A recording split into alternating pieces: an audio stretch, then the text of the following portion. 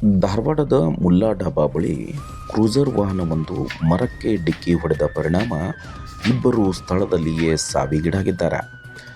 ಗದಗನ ಹುಡುಕೋ ಕಾಲನಿಯ ಶಾಂತವ್ವ ಬಸವಣ್ಣಪ್ಪ ತುಪ್ಪದ್ ಹಾಗೂ ಸುರೇಶ್ ತುಪ್ಪದ್ ಎಂಬುವರು ಅಪಘಾತದಲ್ಲಿ ಸಾವಿಗೀಡಾಗಿದ್ದಾರೆ.